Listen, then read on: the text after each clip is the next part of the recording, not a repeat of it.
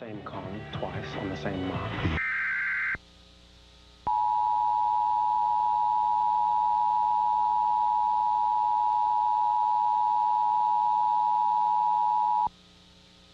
We interrupt this program to activate the emergency alert system at the request of the National Weather Service.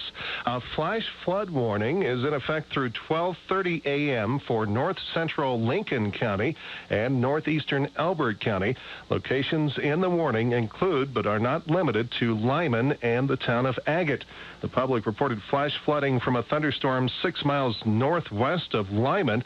Water was be 4 feet deep over the exit at mile marker 354 on Interstate 70. In addition, Big Sandy Creek was already running half full, and River Bend Creek was bank full. The storms with the torrential rain were moving northeast at 15 miles per hour into northwestern Lincoln County. This concludes operations under the Colorado Emergency Alert System. All broadcast stations may resume normal operation.